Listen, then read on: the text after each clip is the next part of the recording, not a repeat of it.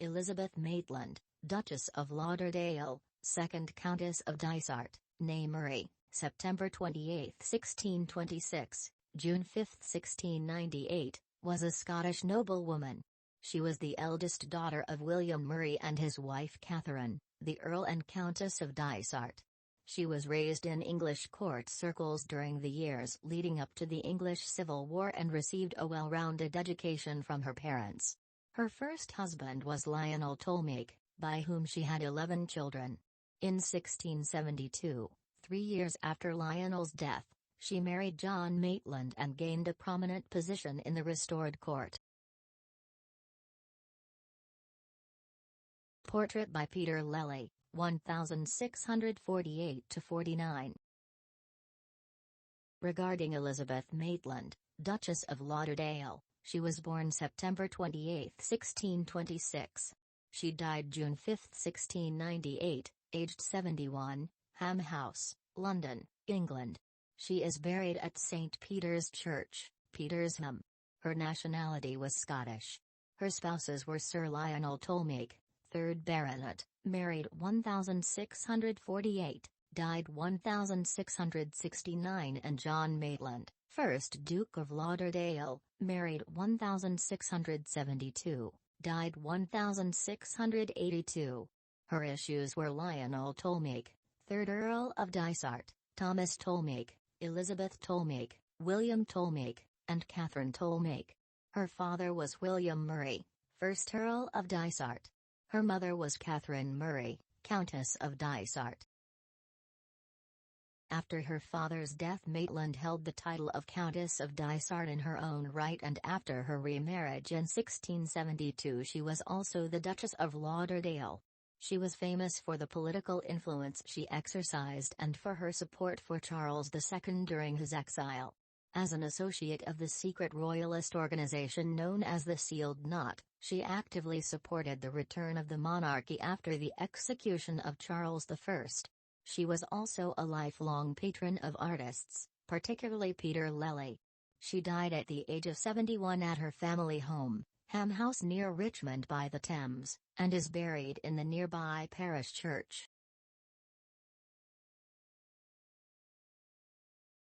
Murray was the eldest of the 5 daughters of William Murray, 1st Earl of Dysart, and his wife Catherine Bruce. Dysart was a close friend and groom of the bedchamber of Charles I. Murray's birth was recorded in the baptismal register at St. Martin in the Fields in 1626. During that year, her parents moved to Ham House, near Richmond by the Thames, where she spent her childhood.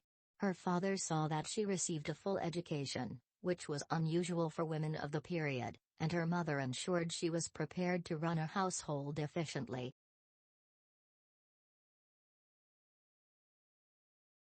During the English Civil War, Elizabeth's father was often away from the family in service to the king.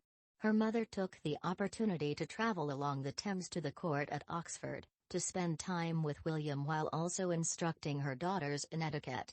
Elizabeth developed a reputation for charisma and beauty, being described by Thomas Knyvet as a pretty witty lass.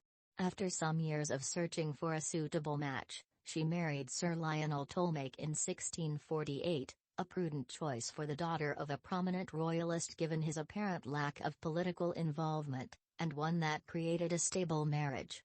The following year, Ham House was placed in the hands of trustees administered by Lionel, to help secure the estate from the threat of sequestration.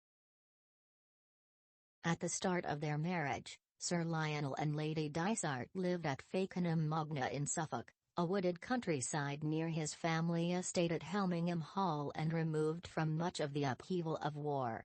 They had 11 children, 5 of whom survived to adulthood. Lionel Tolmake, 3rd Earl of Dysart, the eldest son, inherited the earldom of Dysart on his mother's death in 1698. Thomas Tolmake, Lieutenant General and MP. Elizabeth Tolmake, 1659–1735, married Archibald Campbell, 1st Duke of Argyll. William Tolmake, 1661–1694, was a captain in the Royal Navy. Catherine Tollemache married James Stuart, Lord Down, and secondly John Gordon, 16th Earl of Sutherland. Lady Tollemache with a black servant, circa 1651. Elizabeth often based herself at Ham House after her mother's death in 1649. She became acquainted with the parliamentarian Oliver Cromwell, probably when his army headquarters were located in nearby Kingston upon Thames in the summer of 1647, and the connection provided a cover for her own royalist tendencies. She also used that friendship to successfully plead for the life of John Maitland, the royalist Earl of Lauderdale, after his capture at the Battle of Worcester. From 1653 she was affiliated with the secret royalist organization, the Sealed Knot. She was in correspondence with exiled supporters of Charles II and visited Europe often to convey letters to the king, despite being frequently pregnant and under the close scrutiny of the Protectorate. Her dedication to the cause led her to develop a type of invisible ink to be used for secret correspondence. Upon her father's death in 1655 she inherited his titles, becoming Countess of Dysart and Lady Huntingtower in her own right. In September 1658 one of her neighbors, Judith Isham, joked about her new title, writing that people call her My Lady Desert, she is suit-taking, expressing extraordinary civility to every person. A few years later, Elizabeth wrote to her kinsman Sir Robert Moray to help her trace her family lineage in order to complete the settlement of her family coat of arms. The result was a pedigree which allowed her to trace her ancestry back to King James II of Scotland. In 1660, when Charles II was crowned, he rewarded Elizabeth with an annual pension of £800. She and her husband were also granted the freehold of 75 acres surrounding Ham House in recognition of the service done by the late Earl of Dysart and his daughter. Her enemies accused her of witchcraft because of her political influence, and she was subject to unfounded accusations of having had a liaison with Cromwell. Her title as Countess of Dysart was secured by the grant of New Letters Patent on December 5, 1670. Which also reaffirmed the ability of female heirs to inherit the title where no male heir existed.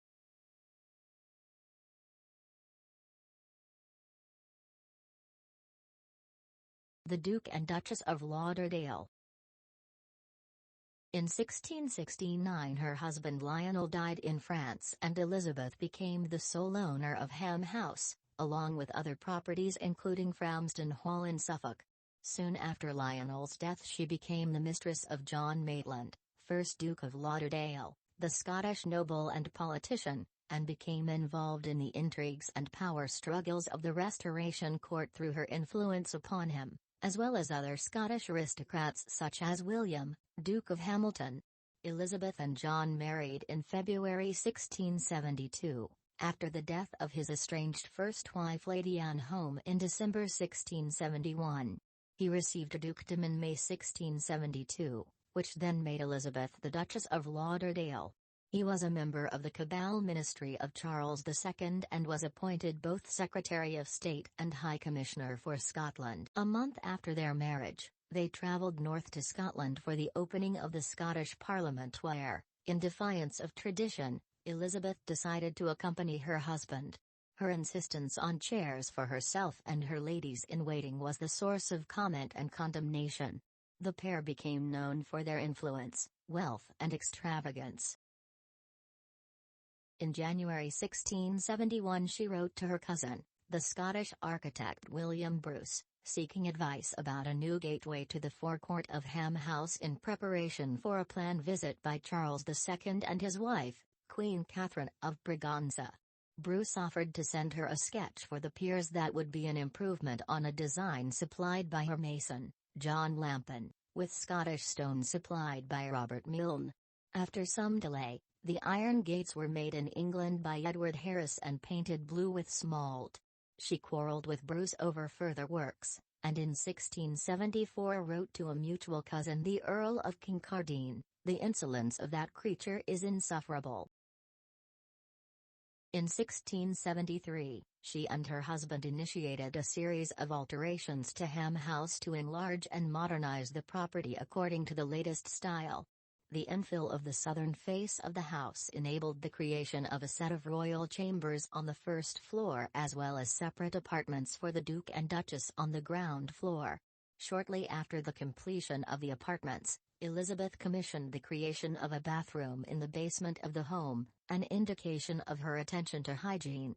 The efforts to modernize the house and furnish it with luxury furnishings and artwork were used as an expression of their power and affluence.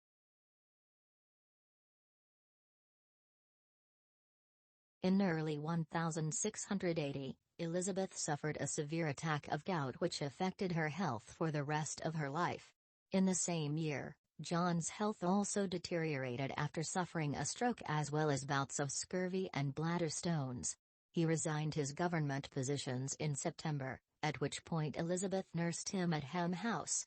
Maitland's death in April 1682 precipitated legal action by her brother-in-law Lord Tweedale over his debts and funeral expenses.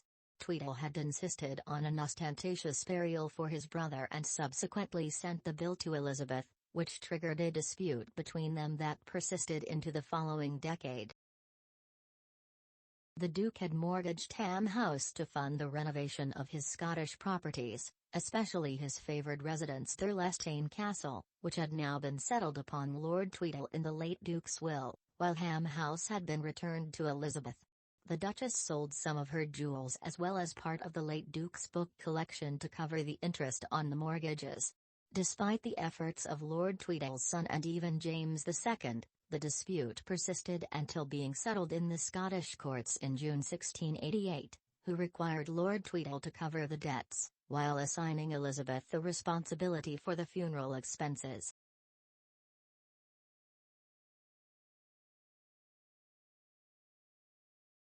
St. Peter's Church, Petersham, where Elizabeth Murray is buried. Elizabeth suffered from gout for many years, which limited her mobility until she was largely confined to the ground floor at Ham House.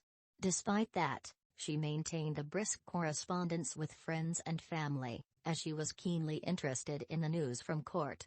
In 1694 she suffered the loss of her sons Thomas and William.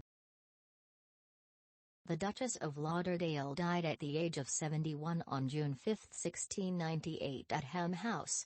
She is buried, according to her wishes, with other members of the Dysart family in a vault under the chancel of Petersham Parish Church. Elizabeth Murray was first described in popular literature in the 1975 book by Doreen Cripps, Elizabeth of the Sealed Knot, which was based on research within the Tolmake family archives. Several portraits of Elizabeth were painted throughout her life by a range of artists including Peter Lely, John Weisop, Joan Carlyle, and Benedetto Gennari. Her patronage of Lely extended over decades, with 4 paintings of her, including the double portrait with John Maitland which remains on view at Ham House.